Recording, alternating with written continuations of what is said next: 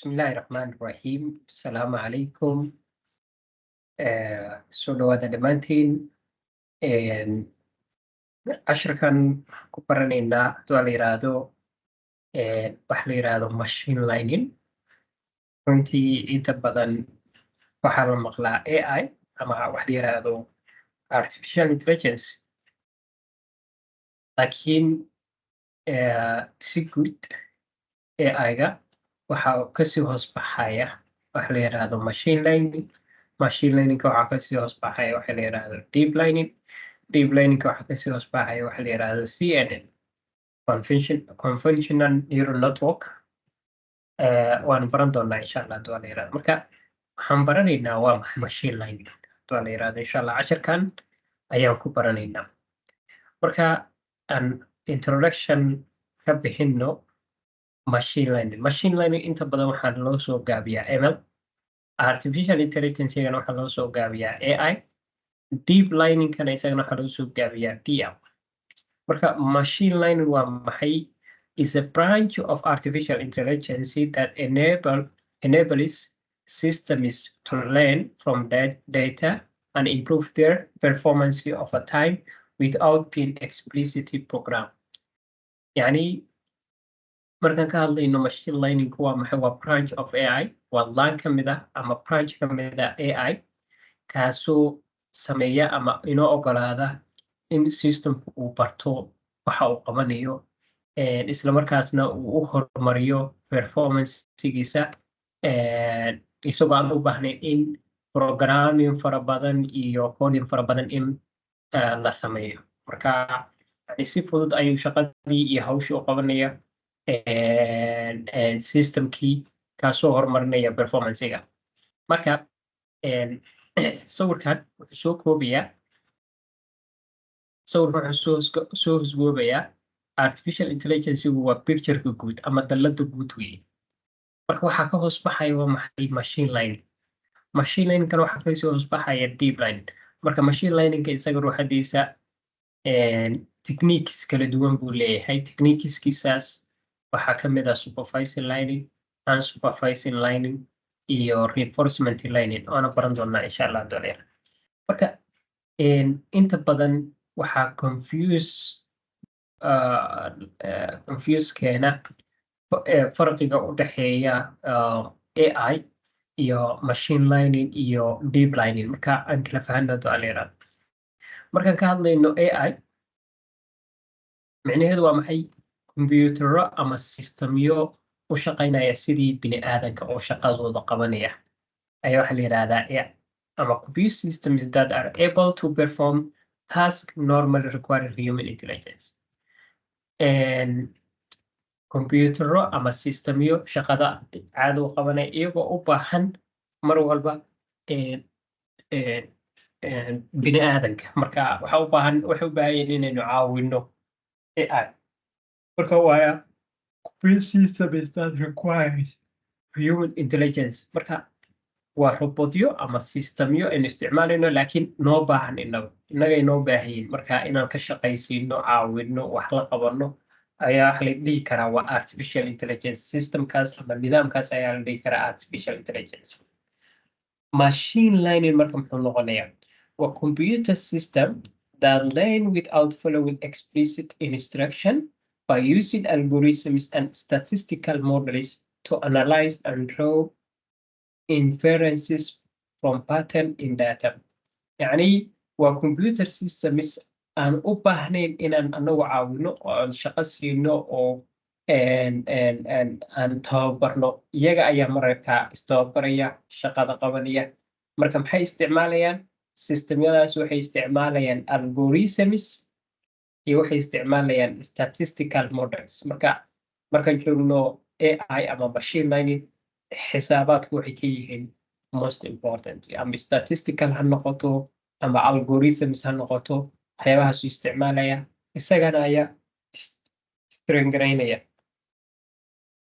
waxaa noo soo haray waa maxay deep learning marka farqiga u dhaxeynaya AI iyo machine learning waa maxay AI-gu waa any system ama any computer system kaasoo u baahan caqliga bini'aadanka inaynu inagu caawino oo kaleeto ama ka shaqaysiino laakiin machine learningku isaga isku filan isaga ayaa baranaya inagoo aan sharaxaad badan aan siin isaga ayaa istababaraya marka techniqueska uu isku tababarayana waxaan u kala qaadi doonaa 3 qaybood qayb waxaa la yidhahdaa supervising learning unsupervising learning iyo reinforcement learning waan baran doonaa insha allah doo la yidhahda waxaa noo soo haray waa maxay waa deep learning deep learningku waa maxay isagu waa type of machine learning wuxuu mid yahay waa maxay machine learning which multiple layers of processing are used to extract progressively higher level of features from the data.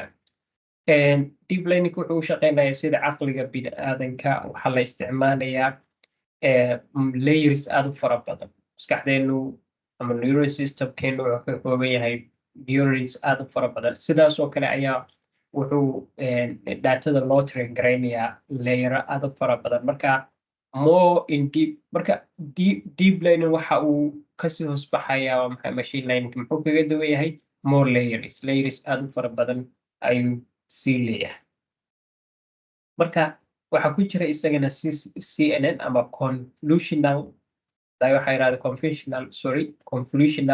neural network waaye convolutional neural networku waa maxay waa a deep learning algorithm consisting of layers that receive input assign importance and cluster the similar use image recognition processing and classification and deep learning and markaan ka hadlayno convolutional neural network ama CNN waa waxay qayb ka yihiin deep learning algorithmska ama algorithmska deep learningka ayay qayb ka yihiin kuwaasoo qaata input kadibna waa sangareeya shaqooyinka waxyaabaha muhiimka ah kadibna sameeya cluster similar cluster la mid ah sidoo kale inta badan waxaa loo isticmaalaa waa maxay sawirada in lagu kala abableeyo lagu kala qaado lagu process gareeyo ayaa loo isticmaalaa CNN I hope marka in introductionka intaas inagaga filan tahay let's move on importance of machine learning marka muhiimaddu leeyahay machine learning waa waqti xaadirkan machine learning plays a crucial role in a various fields such as healthcare, finance, transportation, and more by enabling systems to make predictions, recognize patterns, and automate tasks based on data. waqti xaadirkan markaan ka hadlayno muhiimaddu leeyahay machine learningka waxaan u isticmaalnaa applications aad u kala duwan ha noqoto healthcare-ka ha noqoto finance-ga ha noqoto transportation-ka isgaarsiinta iyo wixii la mid ah maxay markaynoo ogolaanayaa in systemyadu ama nidaamyada aan isticmaalayno ay wax predict gareeyaan recognize patterns wixii ku hereersan ay gartaan and automate tasks based on data isla markaasna ay qabtaan shaqooyinka iyaga oo ku base garaynaya xogta ay hayaan marka xogta uu mashinku hayo waxa uu noqon karaa mid loo tababaray oo xogtii la siiyey oo la yidhahdo macluumaadka waa kana iyo mid uu isagu isbarayo iyo mid xogaa laga siiyey ama qayb laga siiyey oo xogta inta kale uu isugu raasanayo marka learning patternska ama qaababka uu xogta u baranayana next slides baan ku baran doonaa insha allah doo dheeraado waana kana marka aan joogno machine learningka techniqueskiisa waxaan kala qaadaynaa 3 qaybood qaybta koowaad waxaa la yidhahdaa supervising learning SL oo waa kana supervising learning qaybta labaadna waxaan qaadaynaa unsupervised learning waxaan usoo gaabinayaa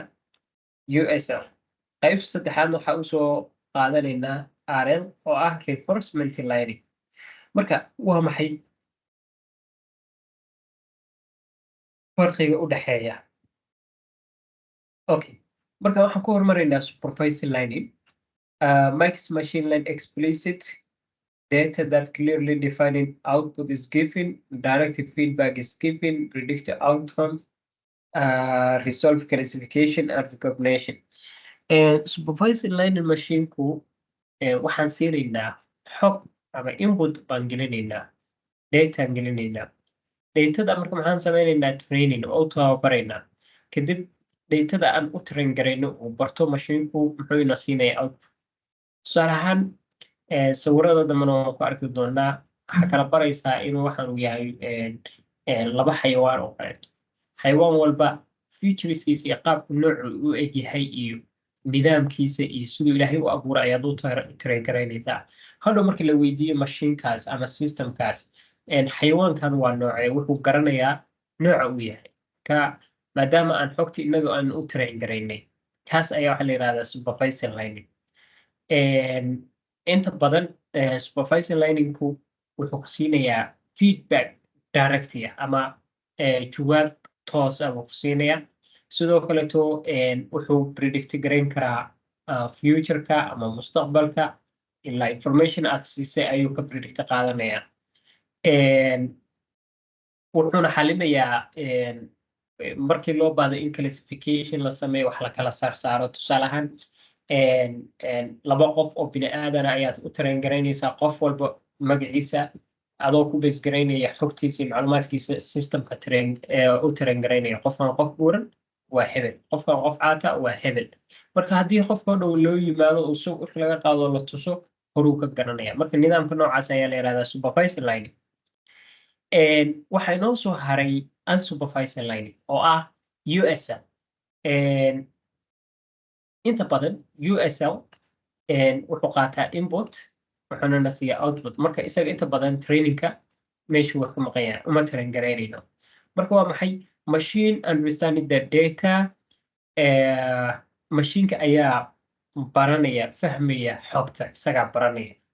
okay wuxuu baranayaa patterneska kala duwan yacni qaabka iyo muuqaalka kala duwan ee walaxda ayuu baranaya ama objectiga. kadibna muxuu samaynayaa evaluation is qualitative or indirective.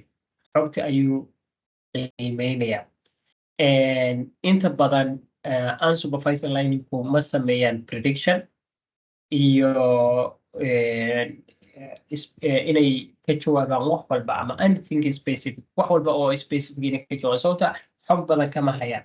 marka meelaha loo isticmaalo iyo waxyaabahaasna waan arki doonaa. unsupervisor learningkuna wuxuu leeyahay techniques aad u kala duwan isagana waan arki doonaa insha allah doaleera. waxay noo soo haray reinforcement learning ama RL. reinforcement learning waa muxuu yahay kan waa learning ku base garaysan abaalmarin ama reward. tusaale ahaan sida sawirkan idinka muuqda input xog baa la gelinaya waxaan ka rajaynaynaa output. marka outputka xogtaas haddii uu garto abaalmarin baa siinaynaa reward. haddii uu garan waayena marka then waan ku celcelinaynaa ilaa inta uu ka garanayo ilaa inta uu ka garanayo ilaa inta uu ka garanayo.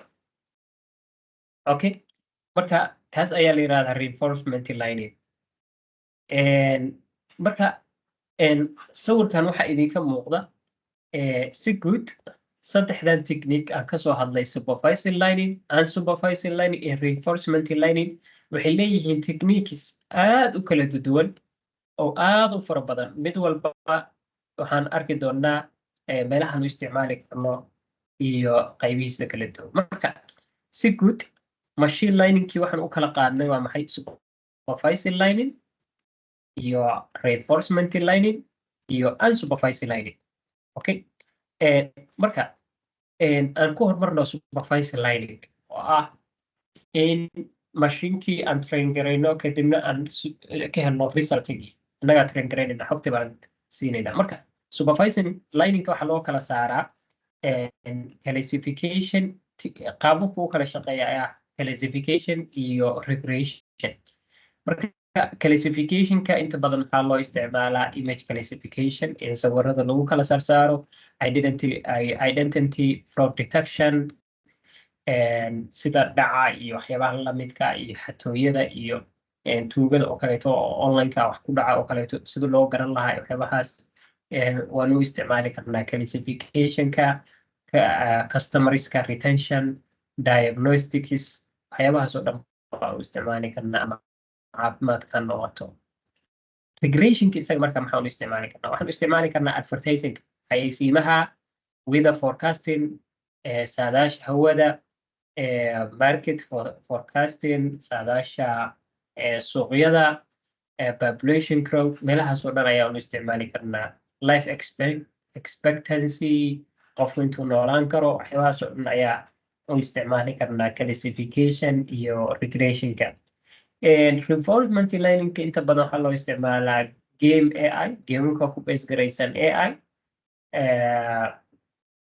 waxaan kaloo isticmaali karnaa real time decisions, robot navigation, lining tasks, skill acquisitions. meelahaas oo dhan baanu isticmaali karnaa waxyaabaha go-aanada lagu qaadanayo real timeka, robot navigationka iyo waxyaabahaas loo isticmaali karaa. waxaa inoo soo haray unsupervised learning. Unsupervised learning isaga waxaan u kala abableyn karnaa laba qaybood oo ah dimensionality reduction iyo clustering. marka dimensionality reduction yani dimensionada iyo waxyaabahaas ula xiriira. maxaan tusaale usoo qaadan karnaa feature elicitation, meaningful compression, big data visualization, structure discovery. waxyaabahaas waxaa loo isticmaalaa unsupervised learningka. sidoo kaleeto recommender system, customer segmentation, waxyaabahaasna iyagana qaybahaasna waxaan isku dhahaa clustering. marka in simple way si fudud haddaan u iraado machine learningka techniqueskiisa 3 qaybood waaye. qayb walbana waxa kasii hoos baxaya faracyo depends applicationka aad u isticmaalayso. haddii game ay noqoto waa inaad isticmaashaa reinforcement learning. hadday noqoto caafimaadka iyo diagnosticska waa in aad supervised learning isticmaashaa. marka techniqueskaas kala duwan waxay ku kala habboon yihiin applications kala duwan. application kasta looma isticmaali karo dhammaantood, way kala duwan. marka waa inaad taqaanaa meesha aad ku apply garaynaysa. okay, marka weli waxaan ku guda jirnaa waa maxay types of machine learning. waxaan ku hormaraynaa supervised learning. sida aan sheegay supervised learning waa maxay? waa in la label gareeyo ama la ableeyo ama la label gareeyo datadii, isla markaasna systemkii loo train gareeyo. tusaale ahaan inputkeena waxaan haysanaa this is label data, xogta aan label gareynay. waxaan haysanaa hexagonal, I think hexagonal, circle, rectangular, triangle. waxaan haysanaa shapeskan kala duwan. marka maxaan sameynaynaa? labeling baan sameynaynaa. okay, datadan ayaan label u kala sameynaynaa. marka maxaan leenahay yes hexagon, sorry. kan waa maxay? waa hexagon. kan waa maxay? triangle. kan waa maxay? rectangle. kan waa maxay? circle. marka machinkii maxaan ugu kala sameynay? labeling baan sameynay. waxaan leenahay this is circle, this is rectangle, this is a triangle, this is hexagon. marka systemkii marka maxaan sameynaynaa? machine learning kan ku apply garaynaynaa. machine learning marka aan ku apply garayno waxaan isticmaalaynaa model, machine learning model. modelkaan isticmaalayna waa maxay? waa supervised learning, supervised learning. marka muxuu testi garaynayaa? datadii buu testi garaynayaa. hadda sawirkan oo kale usoo baxay. sawirkan usoo baxay muxuu noqonayaa? wuxuu noqonayaa triangle buu noqonayaa. wuxuu leeyahay kan waa triangle. kan kana la weydiiyey. kana muxuu noqonayaa? wuxuu noqonayaa rectangular. sorry, wuxuu noqonayaa kana la weydiiyey it look like a circle buu egyahay. marka test datooyinka lagu testi gareeyo oo labadan ayaa ah rectangular iyo circle. marka muxuu predict garaynayaa? machinkii wuxuu predict garaynayaa this is triangle, this is the circle. marka waa qaab ku shaqeeyo. maxaan sameynay? waxaan machinkii siinay level data. datooyinkii waa u kala saarnay. this is circle, this is the triangle, this is the hexagon, this is triangle, this is the rectangular. marka haddii la weydiiyo la yiraahdo kan waa maxay? waa circle. hore ka garanayaa, wuu predict garayn karaa. this is we call supervised supervised machine learning ama supervised machine learning. waxaa tusaale kaleeto haddaan soo qaadano supervised machine learning algorithmska sawirkan oo kaleeto waxaan samaynay level datadii baan level garaynay. markaan la level garayay maxaa la yidhahday this is apple strawberry. marka maxaan samaynay waxaan isticmaalnaa machine learning model oo ah supervised learning. marka outputka maxaan ka rajaynaynaa wixii orange inuu yiraahdo orange, wixii strawberry uu yiraahdo strawberry. sida hadda kan oo kaleeto muxuu yiraahdo strawberry, kana waa maxay apple. yani mashiinkii waxa loo train garaynayaa daatada nooca ay tahay. marka adigu waa inaad bartaa train garaysaa si uu garto. marka aan ka hadlayno marka in general supervised learningka waxaan samaynaynaa leveling data. waxaan ka sugaynaa inuu mashiinku predict gareeyo outputka. okay marka algorithms kala duwan ayaa jira oo supervised learningka. algorithmska marka waxaa ka mid ah linear regression oo aan inta badan u isticmaalno regression task, decision trees, for classification tasks, support vector machine for both regression and classification.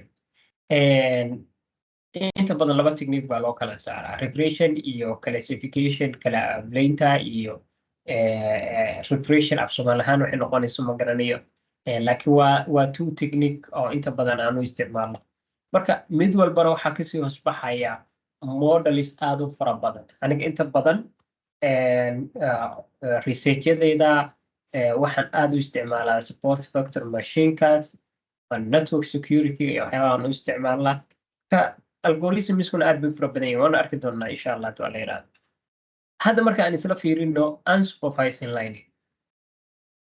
unsupervised learning waa maxay? waa unlabeled data. datada wax label loo samayn mayo. awal qaybta hore aan ku laabto waxaynu datada u samaynay label. this is rectangle, this is circle, this is triangle, this is hexagon. waan kala saarnay, waan kala ababaynay. laakiin marka aan joogno unsupervised learning, datada anagu ma level garaynayno. kan hadda waxa uu yahay mashiinka uma sheegayno, kan waxa uu yahay uma sheegayno, kan waxa uu yahay uma sheegayno, kan waxa uu yahay uma sheegayno, kan waxa marka maxaan samaynaynaa machine learningka ku apply garaynaynaa oo ah unsupervised learning, USL unsupervised learning. outputka marka resultiga waxaan ka sugaynaa inuu datadii uu isagu kala qaado, uu yiraahdo kan iyo kan waa isku egyihiin, kan iyo kanna waa isku egyihiin, saddexdaanna waa isku egyihiin. sidaas ayuu u shaqeeyaa unsupervised learning. datadii labeling buu kala samaynaya, uu kala saaraya, laakiin magacyadooda iyo waxyaabaha ay yihiin uu garanayo. isaga baranaya, isaga train garaynaya. okay unsupervised learning deals with unlabeled data where the model learns and find patterns or structure in data without explicit guidance. isagoo aan yani wax sharaxaada la siin ayuu systemku baranaya, train garaynaya, kala ogaanaya walxaha ama datada markaas. sawirkan oo kaleeto haddaan usoo qaadano haddana oo ku saabsan unsupervised learningka, kan waa maxay? waa bisad, dog, cat. this is the inputka. marka modelka haddaan ku apply garayno oo ah unsupervised learning, wuxuu sameynaya outputka wuxuu kala saaraya this is dog and this is cat. wuu kala saaraya, wuxuu leeyahay labadan way isleeyihiin, afartan oo isleeyihiin. okay marka datada iyo soo aan loo level garan ayuu iskala saaraya. marka algorithms aad u fara badan ayaa kamid ah unsupervised learning. waxaa kamid ah algorithmska KB algorithms for grouping similar data points, hierarchical clustering for organizing into tree-like structure. waxaa kamid ah k-means clustering algorithmka la yiraahdo inta badan loo isticmaalo in lagu group gareeyo waxyaabaha similar datada ah ama isku xog ah. hierarchical clustering oo inta badan loo isticmaalo in lagu organize gareeyo datadii ama xogtii sidii geed oo kale ama tree like structure inagoo isticmaalayna principle-ka la yiraahdo principal component analysis for dimensionality reduction PCA reduction marka algorithmskaasaa ka mid ah k-means algorithm iyo hierarchical clustering baa ka mid ah unsupervised learning waa inaa sidaas u fahantaa okay still waxaan ku guda jirnaa waa maxay types of machine learning kii ugu dambeeya sharaxaya oo ah reinforcement learning kan wuu ka duwan yahay supervised learning iyo unsupervised learning isaga marka sida u shaqeeya isaga marka input row data waxaan gelinaynaa xogtaan aan gelinaynaa okay xogtaan marka maxaa ka kooban tahay tusaale ahaan rectangular xidig color ah iyo xidig color kale ah saddexdaasi ayuu sawiradaanu ka kooban yihiin marka waxaan ku apply garaynaynaa modelkeeni ahaa RL ama reinforcement learning machine learning baa ku apply garayn marka mashiinkii wuxuu isticmaalayaa xaaladuu qiimeynayaa algorithmkii baa la isticmaalayaa algorithmku wuu shaqaynayaa wuxuu fiirinayaa environmentkii wixii buu baranayaa haddii wuxuu uu soxo reward abaalmarin baa la siinaya hadduu sixi waayana waxa weeye waa lagu celinayaa ilaa intuu xogta u kala saarayo uu kala abaablaynayo marka muxuu sameeyey sawirkii xogtii aan siinay muxuu kala saaray saddexda qaybood wixii xidig ah oo kalarkaas dhankaas u geeyey wixii xidig ah oo kalarka kale aan geeskaas u geeyey wixii square ahaana dhinac u geeyey soo wajeed xogta saas u kala abaablayay marka isaga maxaa weeye wuxuu ku shaqaynayaa waxa la yiraahdo reward banishment waa la ciqaabaya haddii uu garan waayo again mashinku isagaa isku celcelinaya ilaa uu ka soxo result the agent receives feedback in the form of reward or penalty agentiga waxaa la yirahdaa mashiinka markuu shaqaynayo ama mashiinka shaqaynayo waxaa la siinayaa abaalmarin ama ciqaab reward or penalty based on this action kaasoo ku base garaysan ficilka uu sameeyay haddii waxa uu sixay abaalmarin hadduu sixi waayo again waa lagu celcelinaya ilaa inta uu ka saxayo tusaale ahaan kanaa la baray xaaladuu qiimeynaya action lagu qiimeynaya mashiinka tusaale ahaan dog waa maxay waa agenting marka muxuu sameynayaa waxaan ku apply garaynaynaa reinforcement learning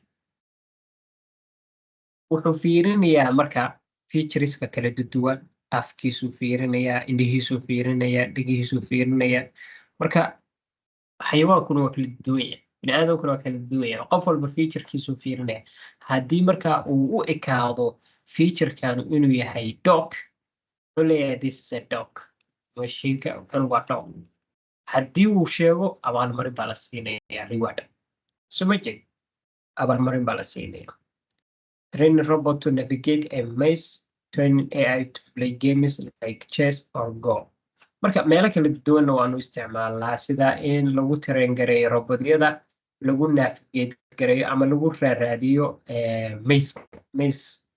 maze-ka sidoo kaleeto waxaa lagu train gareeyaa AI to play games like chess or go in lagu ciyaaro gameska oo kaleeto isagana waa loo isticmaalaa reinforcement learning marka key concepts in machine learning waxyaabaha muhiimka oo loo baahan yahay inaan fahanno waa maxay waa feature levels test data iyo training data afarta waxyaaba aad bay muhiim u tahay marka featureku waa maxay features are individual measurable properties or characteristics of the data marka featuresku waxaa markaa la cabirayo ama laga qiyaas qaadanayo ama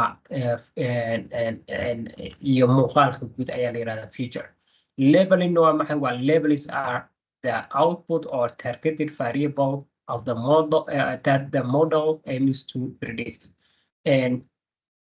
waxa uu mashinku predict garanayo ayaa waxa la yirahdaa label ama labels training data waa maxay waa the data set used to train the machine learning model training data waxa la yiraahdaa data set kan waxa la yiraahdaa xogta uu mashinku lagu train garaynayo waayo waxaan inuu garto waa in xogta already uu meel ka soo qaata marka training data set baa loo baahan very important test data set waa maxay? waa separate data set that used to evaluate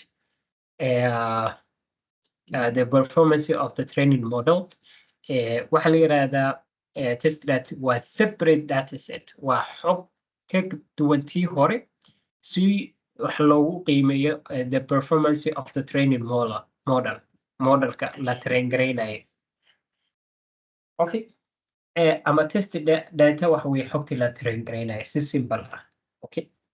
and training and testing data muhiimadda ay leedahay importance of splitting data iyo importance of splitting data iyo training testing validation process.